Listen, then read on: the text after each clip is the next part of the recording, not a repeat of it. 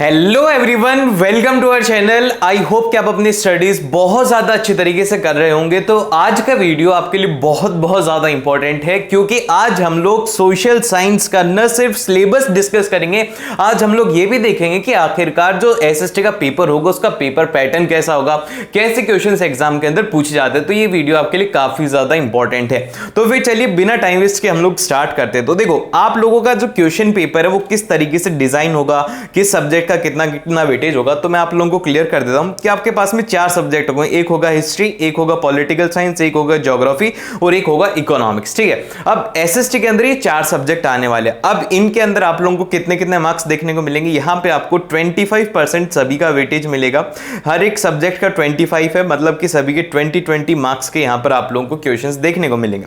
लेकिन यहां पर एक सबसे ज्यादा जरूरी बात मैं आप लोगों को दिखाता हूं कि जो यहां पे हमारी हिस्ट्री है, देखो हिस्ट्री के अंदर यहां पे दिया हुआ है 18+2।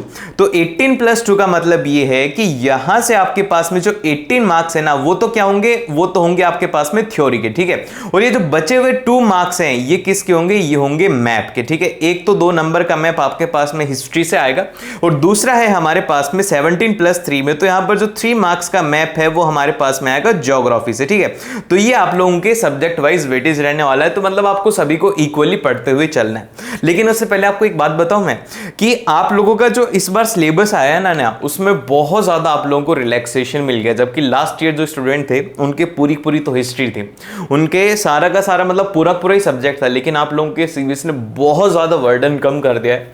तो भैया इसी बात के ऊपर लाइक हो जाना चाहिए कि तुम्हारा वर्डन कम हो गया तो तुम मेरे को ही थोड़ा सा मोटिवेशन दो। यस भैया, हम अच्छे से कर लेंगे। और मैं बताऊं, एसएसटी का ऐसा सब्जेक्ट है, देखो अभी मैं अगर स्पेशली बात करता हूं आपकी ये जो हिस्ट्री सब्जेक्ट है ना, हिस्ट्री ये बहुत ही ज्यादा सिंपल है अगर आप इसको स्टोरी फॉर्म के अंदर याद रखते हो। अब ये स्टोरी फॉर्म कैसे याद रखेंगे भैया, मैं हूं आप लोगों के। ठीक है, आपको अगर कोई भी प्रॉब्लम आ रही है तो आपके भैया हैं। तो यहां पर स्टोरी टेलिंग के लिए मैंने क्या किया है कि आप लोगों के लिए पूरा मैंने प्लानिंग कर लिया कि भाई इस चैप्टर की ऐसे स्टोरी, ताकि आपको वो याद रहे। और फिर आप स्टोरी को हम लोग ज्यादा रिलेट कर पाते हैं। हमें मूवीज क्यों याद रहती हैं, क्योंकि उनके अंदर एक स्टोरी होती है। अगर ऐसे हमें क्लास में पढ़ाया जाता है जैसे मूवीज चलती है, तो हम क्या कभी भूलते नहीं भूलते।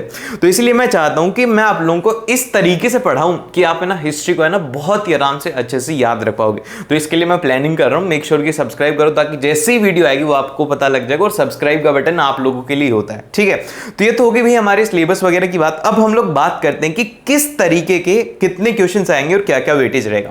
सबसे फर्स्ट आपको देखने को मिलेंगे 1 मार्क के 20 एमसीक्यूज देखने को मिलेंगे, जिनका वेटेज होगा 20 मार्क्स का और 25% इनका वेटेज है पेपर के अंदर। दूसरा है हमारे पास में 2 मार्क्स के क्वेश्चंस, जो कि शॉर्ट आंसर टाइप क्वेश्चंस होते हैं, 8 नंबर के ये होंगे। और उसी के साथ में 3 मार्क्स के जो क्वेश्चंस है वो रहेंगे हमारे पास में 5 क्वेश्चन रहेंगे और इनका वेटेज है 15 मार्क्स का। और इसी तरीके से 4 मार्क्स के केस बेस्ड जो क्वेश्चन है, ये ध्यान से सुनना मेरी बात, केस बेस्ड जो क्वेश्चन आते हैं ना, इसके अंदर मेनली आप अभी आज नोट करके देख लेना, आज आप ये डेट डाल लेना कि भैया ने कहा था कि ये ऐसे क्वेश्चन आते हैं। मैं आपको बताता हूं कि केस बेस्ड क्वेश्चन कहां से पूछा जाता है। तो ये जो केस बेस्ड क्वेश्चन होता है ना, ये मेनली आप लोगों को हिस्ट्री से पूछे जाता है। और हिस्ट्री के अंदर एक ही फेमस चैप्टर है, वो है हमारा नेशनलिज्म इन इंडिया। ठीक है, आप लोग समझ रहे हो, नेशनलिज्म इन इंडिया से मेनली यहां पर एक केस बेस्ड क्वेश्चन पूछा जाता है, या फिर ज्योग्राफी से आता है। मेनली आपके पास में क्वेश्चंस देखने को मिलते हैं हिस्ट्री या फिर इकोनॉमिक्स। ठीक है, एक ना एक तो आपको इन दोनों में से देखने को मिलेगा ही मिलेगा। और इसमें भी मेनली वो आता है जो हमारा चैप्टर है ना, मनी एंड क्रेडिट, वहां से इकोनॉमिक्स के अंदर ज्यादा क्वेश्चंस पूछे जाते हैं। फिर इसके बाद में 5 मार्क्स के आपके पास में क्वेश्चंस देखने को मिलेंगे। आपको 4 क्वेश्चंस देखने को रहेंगे। मैं एक बार इसको क्लियर कर देता हूं ताकि आप लोग अच्छे से समझ पाओ। तो यहां पर आपके पास में 5 मार्क्स के 4 क्वेश्चंस रहने वाले हैं, 20 मार्क्स इनका वेटेज रहेगा। और लास्ट के अंदर आपके पास में मैप बेस्ड क्वेश्चंस आएंगे 5, 2 नंबर की हिस्ट्री होगी और 3 नंबर के आपके पास में ज्योग्राफी होगी। ठीक है, तो ये सब कुछ आपके पास में रहने वाला। बहुत सारे स्टूडेंट का मेरे से एक ही क्वेश्चन रहता है कि भैया कुछ ऐसा बताओ ना जिससे कि हम लोग एसएसटी के अंदर अच्छा स्कोर कर पाए। तो मैं उनको बस 3 चीजें बताता हूं। सबसे पहले मैं उनको बोलता हूं कि तुम्हें ना जितने भी पीवाईक्यूज है ना वो सॉल्व करने।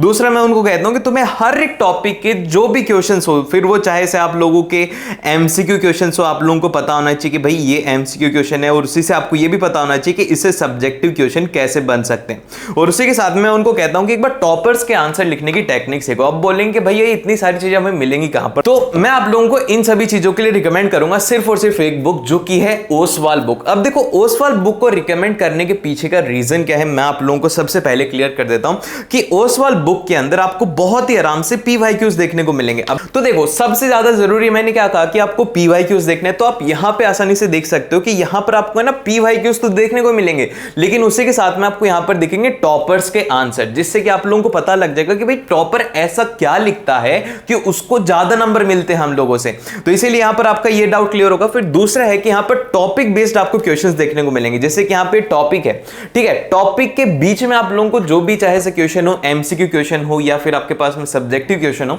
दोनों तरीके के क्वेश्चंस आपको इसमें देखने को मिलते हैं और टॉपर्स का आंसर आपके पास में हो ही गया। और उसी के साथ में एक एडिशनल बात बताऊं, वो सवाल की मेरे को खास बात इसीलिए लगती है क्योंकि मैं जब स्टडी करता था मैं भी इसे ही यूज में लेता था। इसके पीछे का सबसे बड़ा रीजन है वो ये है, देखो अब एक स्टूडेंट को अगर चैप्टर छोटे में याद कर रहा हूं तो कैसे करेगा, तो यहां पर ओसवाल ने क्या कर रखा है कि पूरा पूरा माइंड मैप दे रखा है कि भाई स्टूडेंट इसको देखेगा और उसको याद हो जाएगा कि चैप्टर के अंदर ये है, बहुत ही आराम से बहुत कम टाइम के अंदर वो इस चीज को याद रख सकता है। अब मान लो कि आप पढ़ रहे हो, आपको पढ़ते पढ़ते कोई डाउट आ गया, तो ओसवाल ने अब जो नई बुक है उनके अंदर क्या कर रखा है कि आपको यहां पर क्यूआर कोड दे रखा है। अब जैसे कि इस क्यूआर कोड से आप क्या कर सकते हो कि आप जाकर के उस टॉपिक की वीडियो देख सकते हो। देखो कितना अच्छा काम किया कि अगर आपको टॉपिक समझ में नहीं आया, क्यूआर कोड स्कैन करो, हाथों हाथ आपके सामने वीडियो आ जाएगी। तो इसीलिए आप लोगों को ओसवाल बुक्स परचेज कर लेनी चाहिए, एसएसटी के लिए वन ऑफ द बेस्ट है, क्योंकि इनके अंदर देखो मिनिमम एरर होते हैं, क्वेश्चन आंसर्स के अंदर एरर नहीं होते और एक ही बुक से आपका पूरा पूरा काम हो जाता है। और इसका लिंक आपको मिल जाएगा डिस्क्रिप्शन में, तो अभी जाओ जल्दी से खरीद दो। तो अभी हम एक बार जल्दी से पूरा पूरा सिलेबस भी देख लेते हैं कि क्या क्या चेंजेस हुए हैं। सबसे पहले हम लोग देखेंगे हिस्ट्री का सिलेबस। हिस्ट्री का जैसा कि मैंने आप लोगों को कहा था कि आप लोगों को स्टोरी फॉर्म के अंदर हर एक चैप्टर को मैं आपको डिलीवर करने वाला हूं, तो थोड़ा पेशेंस रखो, आपको हर एक चैप्टर का मिलेगा। फिर उसके बाद में यहां पे देखो हमारा जो सबसे पहला चैप्टर आता है वो आता है कि the rise of nationalism in Europe. इसके अंदर कोई भी रिडक्शन नहीं है। दूसरा जो चैप्टर आता है हमारा वो आता है नेशनलिज्म इन इंडिया, तो इसके अंदर भी कोई भी रिडक्शन नहीं है।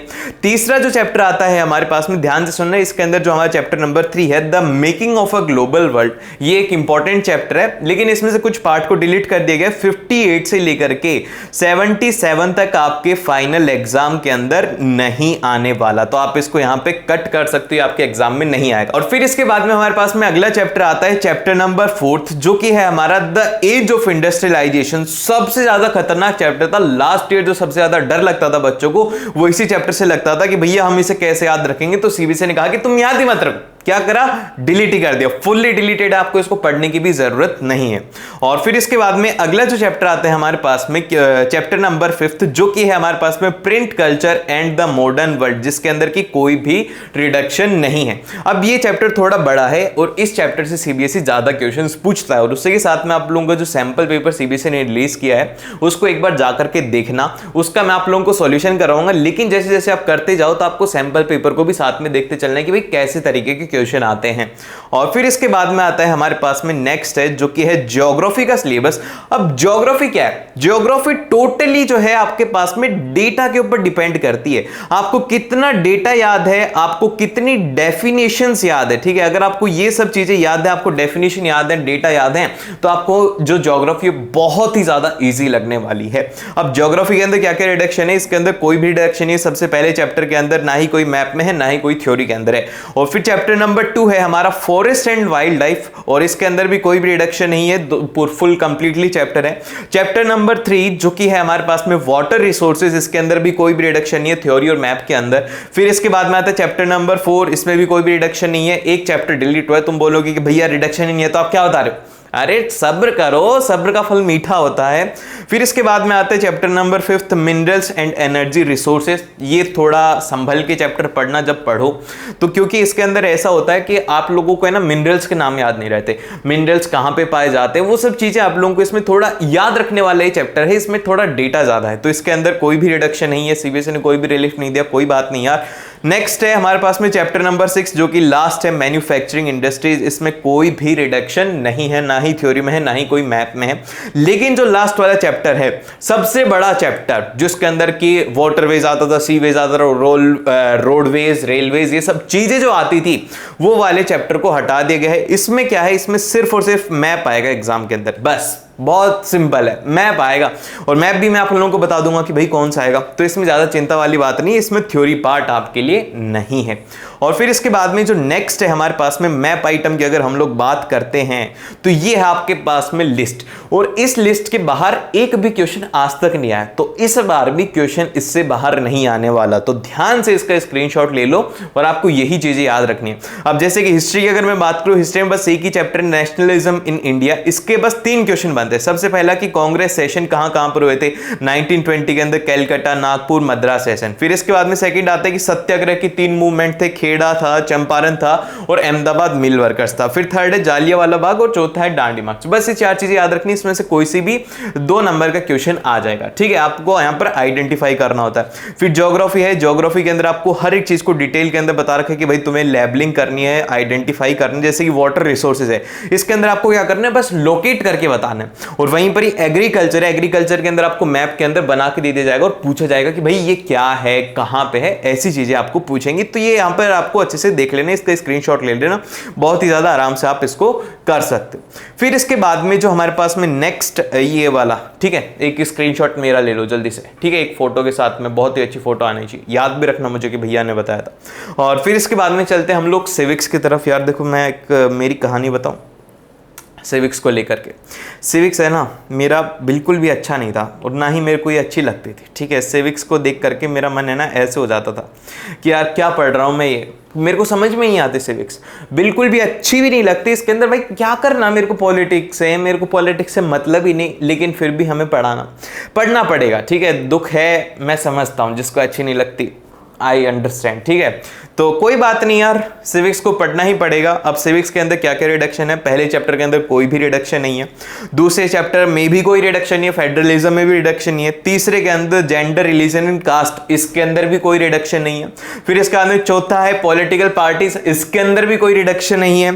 फिर इसके बाद में पांचवा है आउटकम्स ऑफ डेमोक्रेसी, इसमें भी कोई रिडक्शन नहीं है। और फिर इसके बाद में छठा जो चैप्टर है चैलेंजेस टू ए डेमोक्रेसी, ये फुल्ली डिलीटेड है। आपके मैंने जो 5 चैप्टर बताए ना, सिर्फ और सिर्फ ये 5 चैप्टर है, वैसे तो 8 चैप्टर है, 3 चैप्टर सीबीएसई ने हटा दिए हैं। मैंने जो चैप्टर कहा है बस वही रखना, और इसके अलावा चैप्टर्स आपके डिलीटेड हैं। ठीक है, और फिर इसके बाद में हमारे पास में अगला आता है इकोनॉमिक्स। ये बहुत काम आएगी आपको जीवन के अंदर, एसएसटी कहीं काम ना आए या ना आए, लेकिन ये जो इकोनॉमिक्स आप लोग पढ़ने वाले हो, ये आपको ना आपकी लाइफ टाइम, क्या बोल रहा हूं मैं, आपको लाइफ टाइम काम आएगी ये। और सबसे ज्यादा जरूरी ही यही है, क्योंकि इकोनॉमिक्स के अंदर हम लोग इकोनॉमी के बारे में सीखते हैं, और हमारा सभी का अल्टीमेट एम क्या है कि भैया हम एक बहुत अच्छी सी जॉब लगे, करीब करीब 5 से 7 करोड़ रुपए मिलते रहे, बस और क्या चाहिए जिंदगी में। ठीक है, तो वो चीजें यहां पर आपको इकोनॉमिक्स में सिखाई जाती है, और इकोनॉमिक्स से हमारी लाइफ में आगे काम आता है। ठीक है, अब इसके अंदर क्या क्या रिडक्शन है भैया, डेवलपमेंट के अंदर कोई भी रिडक्शन नहीं है। फिर सेकंड जो चैप्टर है हमारे सेक्टर ऑफ इंडियन इकोनॉमी, इसमें भी कोई भी रिडक्शन नहीं है।